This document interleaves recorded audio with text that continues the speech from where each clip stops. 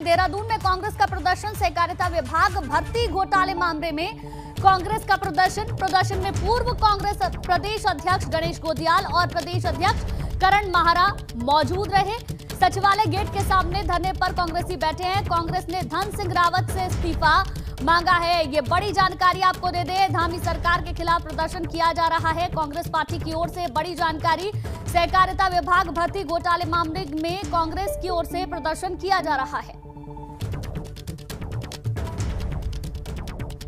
सहकारिता विभाग में भर्ती की धांधली मामले में कांग्रेस के तमाम लोग आज सचिवालय गेट के सामने धरना प्रदर्शन कर रहे हैं। पूर्व प्रदेश अध्यक्ष गणेश गोदियाल यहां पर मौजूद हैं। उनके साथ ही प्रदेश अध्यक्ष की कमान मिली करण माहरा को भी यहां पर मौजूद हैं। और पूरी तरीके से जो सहकारिता विभाग का भर्ती मामला इस वक्त जो उत्तराखंड में चल रहा है उसमें मंत्री धन सिंह रावत के इस्तीफे की मांग को लेकर और भ्रष्टाचार के तमाम जो आरोप हैं वो यहाँ पर लगाते हुए कांग्रेस के लोग दिखाई दे रहे हैं। गणेश गोदियाल हमारे साथ है। सर, किस तरीके की मांग है आप लोग?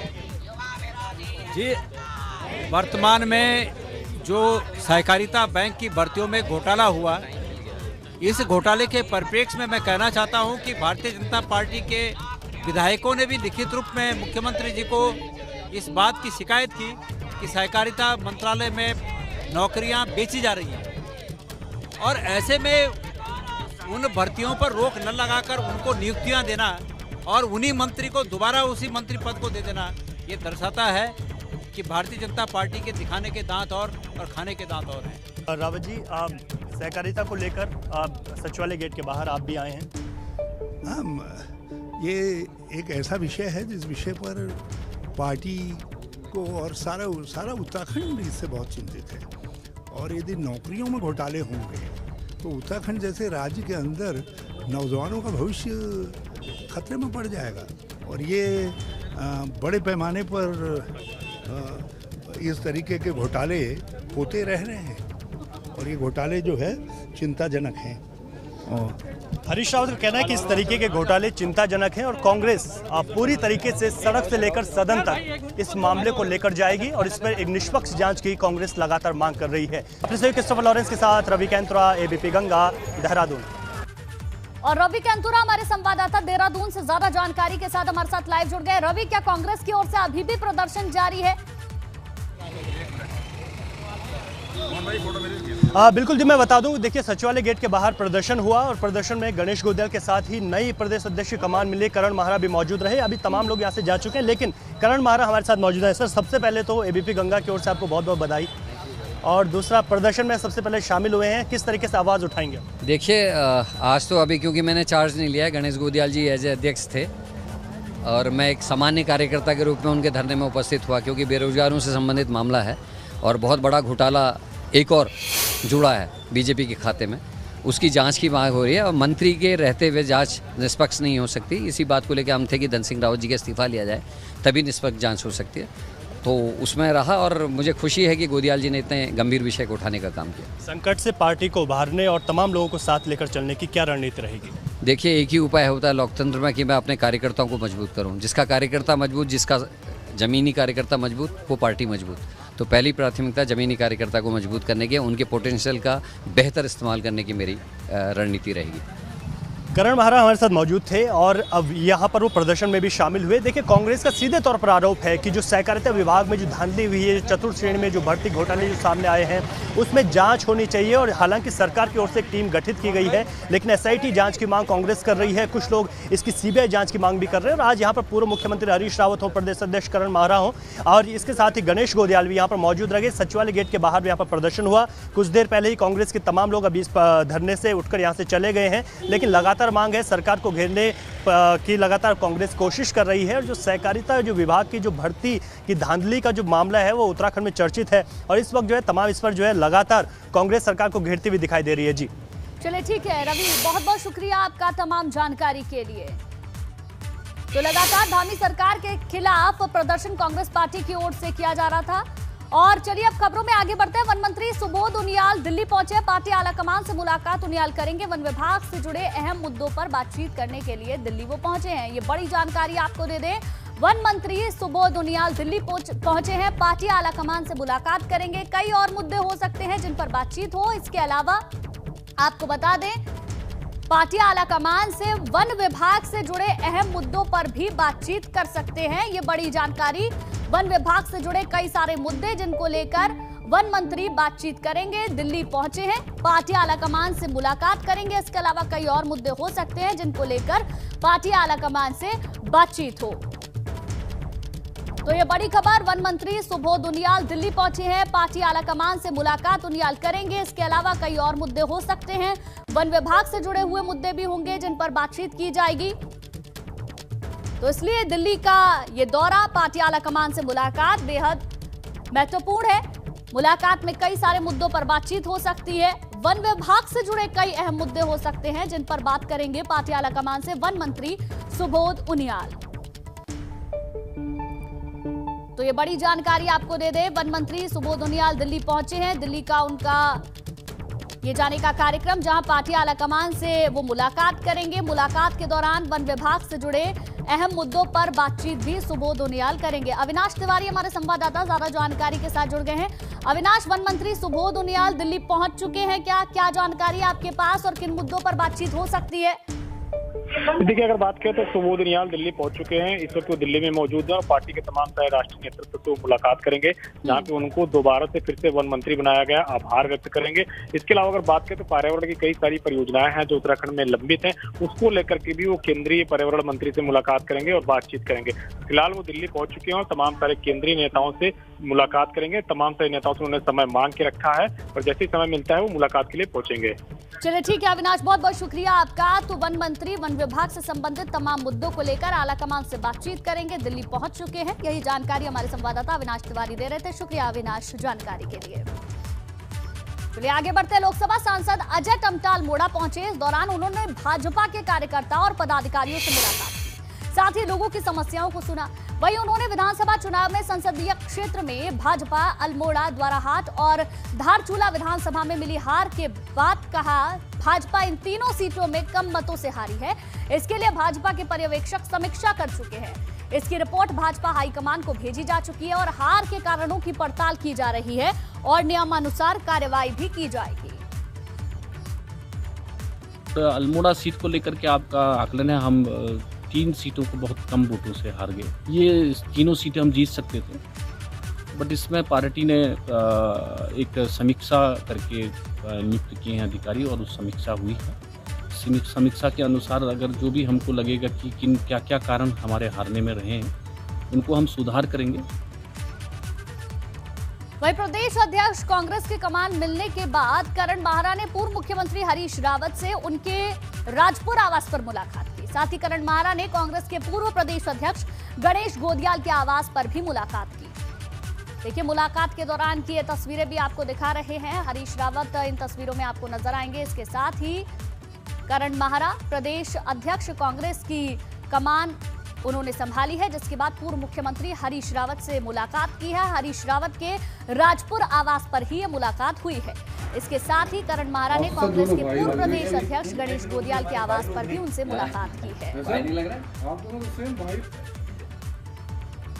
और देखिए उस दौरान की ये दोनों तस्वीरें हम आपको दिखा रहे हैं, जब हरीश रावत से मुलाकात करण माहरा ने की है। इसके साथ ही गणेश गोदियाल के आवास पर भी मुलाकात करने के लिए पहुंचे। उस दौरान की ये तस्वीरें भी आपकी टेलीविजन स्क्रीन पर। तो चक्रोता के लोगों ने विधायक बना करके भेजा है, मैं विधायक के रूप में काम करूंगा, मेरे पास तो विकल्प है। लेकिन जब राष्ट्रीय संगठन महामंत्री पद पर। वहीं देहरादून से खबर, जहां पूर्व नेता प्रतिपक्ष प्रीतम सिंह का बड़ा बयान सामने आया है। गुटबाजी के चलते पार्टी को हार मिली है। प्रीतम सिंह ने कहा, केसी वेणुगोपाल, प्रभारी देवेंद्र यादव, अविनाश पांडे पर हमला बोला। अविनाश पांडे और प्रभारी यादव को रिपोर्ट सार्वजनिक करनी चाहिए। तो ये बड़ी जानकारी आपको दे रहे हैं। पूर्व नेता प्रतिपक्ष प्रीतम सिंह का बड़ा बयान सामने आया है। उनका कहना है गुटबाजी के चलते ही पार्टी को हार का मुंह देखना पड़ा है। केसी वेणुगोपाल, प्रभारी देवेंद्र यादव, अविनाश पांडे पर हमला बोला है। अविनाश पांडे और प्रभारी यादव को रिपोर्ट सार्वजनिक करनी चाहिए, ये कहना है प्रीतम सिंह का। ये बड़ी जानकारी आपको दे दें, पूर्व नेता प्रतिपक्ष का बड़ा बयान सामने आया है, जिसमें उन्होंने हार की वजह गुटबाजी बताई है। आगे बढ़ते हैं। शिक्षा मंत्री धन सिंह रावत ने कहा कि उत्तराखंड में साल भर के अंदर 6000 शिक्षक नियुक्त किए जाएंगे। आपको बता दें कि प्रदेश भर में प्राथमिक और माध्यमिक स्तर पर 6000 से ज्यादा पद खाली हैं, जिसको लेकर अब धामी सरकार ने शिक्षकों की नियुक्ति का फैसला लिया है, जिसके बाद अब शिक्षा मंत्री धन सिंह रावत ने खाली पद भरने के निर्देश दिए हैं। मैंने अधिकारियों के निर्देश दिए हैं कि जितने डीपीसी होंगे और जितने प्रमोशन होंगे वो जो है 1 महीने में भरे जाएंगे, और जो रिक्त पद हैं वो 6 महीने में उनका अध्याचन सहित जो है 6 महीने में सारी रिक्तियाँ जो है पूरी की जाएंगी। और इस पे युद्ध स्तर पे काम चल रहा है, और मुझे आशा और विश्वास है कि हम रिकॉर्ड समय में सारी चीज़ें करेंगे। वहीं प्रदेश में चारधाम यात्रा शुरू होने से पहले पौड़ी जिले की पुलिस ने भी चारधाम यात्रा रूट पर व्यवस्थाओं को चाक चौबंद बनाने के लिए कमर कस ली है। कोटद्वार से पौड़ी और पौड़ी से श्रीगंगानगर होकर गुजरने वाले पर्यटकों की यात्रा सुगम बनाने के लिए यातायात व्यवस्था पर खास ध्यान देने के निर्देश दिए गए हैं। इसके साथ ही चिन्हित पार्किंग स्थलों को भी सभी व्यवस्थाएं चाक चौबंद रखने के लिए निर्देश दिए गए हैं। चारधाम के उसमें रास्ते में हमारा कीर्तिनगर से लेकर कलियासौड़ तक लगभग 21 किलोमीटर का पैच है।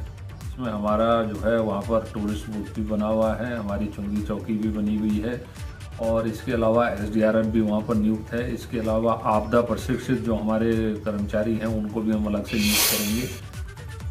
वहीं उत्तरकाशी के वर्णावत पर्वत पर लगी भीषण आग की वजह से अफरा तफरी मच गई। गंगोत्री हाईवे से सटे वर्णावत पर्वत की तलहटी से लेकर संग्राली टॉप तक पर्वत धूं कर जला, जिसकी वजह से आग तेजी के साथ फैली।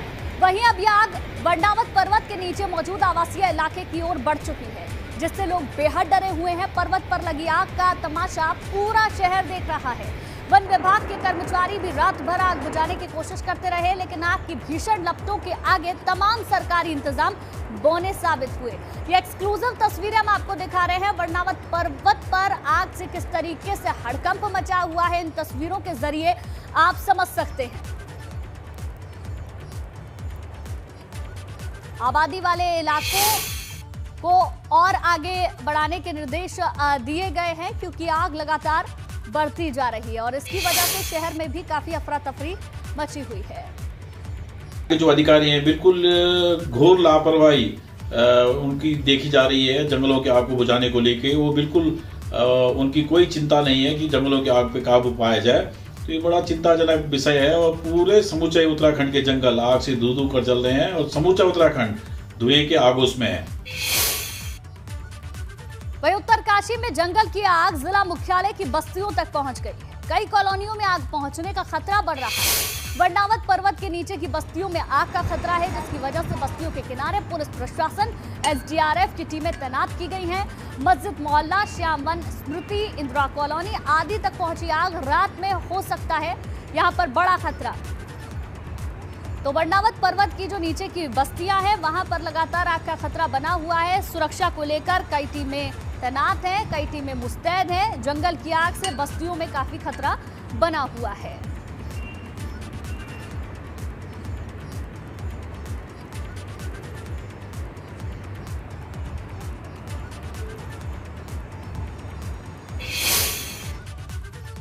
तो एक तरफ जहां आग से हाहाकार मचा हुआ है, दूसरी तरफ ओलावृष्टि और आकाशीय बिजली गिरने का येलो अलर्ट भी जारी किया गया है। 12 से 14 अप्रैल तक ओलावृष्टि और आकाशीय बिजली गिरने का अलर्ट जारी किया गया है। पर्वतीय जिलों में हल्की से मध्यम बारिश होने की भी संभावना जताई जा रही है। उत्तरकाशी, चमोली, टिहरी, देहरादून, हरिद्वार, पौड़ी, पिथौरागढ़ और बागेश्वर जिले के लिए येलो अलर्ट जारी किया गया है। ओलावृष्टि से फसलों को नुकसान होने की संभावना जताई जा रही है। 12 अप्रैल की रात से पश्चिमी विक्षोभ भी सक्रिय होगा। ये बड़ी जानकारी आपको दे दें। ओलावृष्टि और बारिश होने की संभावना जताई जा रही है, उसके लिए येलो अलर्ट जारी किया गया है। 12 से 14 अप्रैल के बीच में बारिश होने की संभावना बताई जा रही है। हल्की से मध्यम बारिश हो सकती है, जिसके लिए अलर्ट मौसम विभाग की ओर से जारी कर दिया गया है। इसके साथ ही जो जानकारी मिल रही है, 12 अप्रैल की रात से पश्चिमी विक्षोभ भी सक्रिय होगा। इसके अलावा पर्वतीय जिलों में हल्की से मध्यम बारिश हो सकती है, जिसको लेकर मौसम विभाग ने अलर्ट जारी किया है। रवि, एक तरफ देखें तो कई सारे इलाकों में आग से हाहाकार मचा हुआ है, दूसरी तरफ ओलावृष्टि और बारिश होने की भी संभावना जताई जा रही है मौसम विभाग की ओर से। जी बिल्कुल, देखिए मौसम विभाग ने येलो अलर्ट जारी किया है और इसमें अगर जिलों को देखें तो तमाम ही पहाड़ी जिले हैं जिसमें येलो अलर्ट जारी हुआ है। लेकिन ये बारिश का अलर्ट नहीं है, इससे चिंताएं जरूर बढ़ जाती हैं क्योंकि ओलावृष्टि और आकाशीय बिजली गिरने की संभावनाएं मौसम विभाग ने जताई है। तो हम कह सकते हैं कि 14 तारीख तक, क्योंकि अभी अगर पहाड़ों की बात करें तो जो खेती है उसको बड़ा नुकसान इस तरीके से मौसम पहुंचा सकता है। ओलावृष्टि होती है तो बड़ा नुकसान होगा। हालांकि जो आगजनी की जो घटनाएं हैं, जो वनाग्नि की घटनाएं हैं, उनमें कुछ राहत मिल सकती है। लेकिन मौसम विभाग के अलर्ट को देखें तो हल्की से मध्यम बारिश मौसम विभाग ने बताई है। ऐसे में ओलावृष्टि और आकाशीय बिजली की जो घटनाएं होंगी, निश्चित तौर पर इससे किसानों को नुकसान हो सकता है। ऐसे में हिदायत भी मौसम विभाग ने दी है कि जो कटी हुई फसल किसानों की खेतों में है उसको वो सुरक्षित स्थान पर रख ले, ताकि जो 2 दिनों का जो अलर्ट है, येलो अलर्ट, इसमें कुछ किसान अपने आप को कुछ राहत दे सके। लेकिन सीधे तौर पर कहा जा सकता है कि जो ओलावृष्टि है उससे जो नए इस वक्त जो फसल है उसको नुकसान होगा, जो नए पौधों के जो फूल है उनको नुकसान होगा। तो ये नुकसान देखने को मिल सकता है। पहाड़ी जिलों में ये अलर्ट है और कुछ मैदानी जिले भी हैं, जैसे देहरादून, हरिद्वार की अगर बात करें तो यहाँ पर भी ओलावृष्टि देखने को मिल सकती है। तापमान लगातार बढ़ रहा है क्योंकि तापमान का रेड अलर्ट ऑलरेडी जो है मौसम विभाग ने जारी किया है। तो ओलावृष्टि और आकाशीय बिजली से तो कहीं ना कहीं नुकसान होगा, लेकिन जो हल्की मध्यम बारिश होगी तापमान में कुछ हल्की राहत जरूर मिल सकती है। देहरादून से खबर, जहां आम आदमी पार्टी में चुनावों के बाद बगावत शुरू हो गई है। प्रतापनगर से आम आदमी पार्टी के प्रत्याशी सागर भंडारी ने कर्नल कोठियाल पर आरोप लगाया है। कहा कर्नल कोठियाल बीजेपी के सपोर्टर नेता थे, इसलिए वो ठीक से चुनाव नहीं लड़ा पाए और ना ही हारने के बाद उन्होंने कोई भी जिम्मेदारी ली, जबकि अन्य पार्टियों ने हार के बाद जिम्मेदारी ली है। अन्य पार्टियों के कई नेताओं ने इस्तीफे तक दिए हैं, लेकिन कर्नल कोठियाल ने आज तक मीडिया के सामने कोई बयान नहीं दिया। इसलिए आम आदमी पार्टी की हार कर्नल कोठियाल की वजह से हुई है। ये बड़ी जानकारी आपको दे दें, आम आदमी पार्टी में हार के बाद इस तरीके से अब आरोप प्रत्यारोप का दौर शुरू हो चुका है, बगावत शुरू हो चुकी है। प्रतापनगर से आम आदमी पार्टी के प्रत्याशी सागर भंडारी ने सीधे तौर पर कर्नल अजय कोठियाल पर आरोप लगाया है। कर्नल कोठियाल बीजेपी के सपोर्टर नेता थे, इसलिए वो ठीक से चुनाव नहीं लड़ा पाए। पंकज राणा हमारे संवाददाता ज्यादा जानकारी के साथ फोन लाइन पर जुड़ गए हैं। पंकज, चुनावों में मिली हार के बाद अब आम आदमी पार्टी में भी दो फाड़ नजर आ रहे हैं।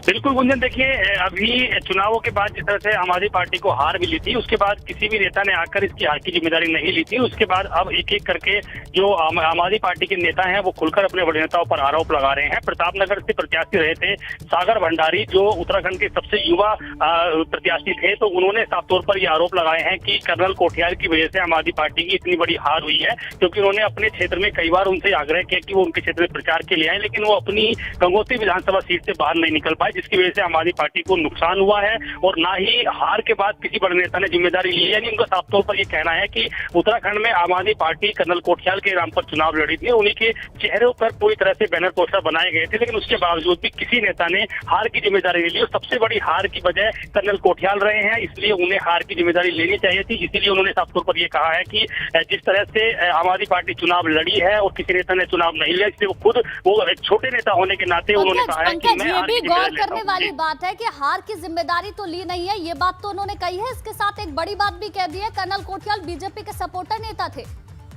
बिल्कुल, देखिए ये बात भी उन्होंने साफ तौर पर कहा है कि कर्नल कोठियाल आम आदमी पार्टी में इसी वजह से आए थे ताकि आम आदमी पार्टी चुनाव हार जाए, और ये पूरी तरह से उनकी जो पूरा एक। चलिए ठीक है, शुक्रिया पंकज जानकारी के लिए आपका। तो आपको बता दें, बड़ा आरोप यहां पर लगाया गया है कर्नल अजय कोठियाल के ऊपर। आगे बढ़ते हैं खबरों में। उत्तराखंड में जंगल लगातार धधक रहे हैं। टिहरी में जिला मुख्यालय से कुछ दूरी पर जंगल में भीषण आग लग गई। जिला मुख्यालय से करीब 15 किलोमीटर दूर तिवाड़ गांव के ऊपर जंगल में लगी आग से लोग दहशत में हैं। खबर मिली है कि इस आग से वन संपदा भी बड़ी मात्रा में खाक हो चुकी है।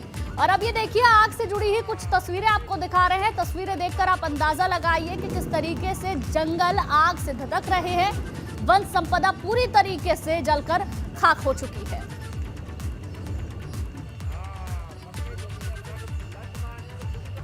तिवाड़ गांव के ऊपर जंगल में आग लगी है, जिसकी ये तस्वीरें आपको हम दिखा रहे हैं। आग कितनी भीषण है ये देखकर अंदाजा लगाया जा सकता है। कब ये आग बुझेगी, ये सबसे बड़ा सवाल बना हुआ है,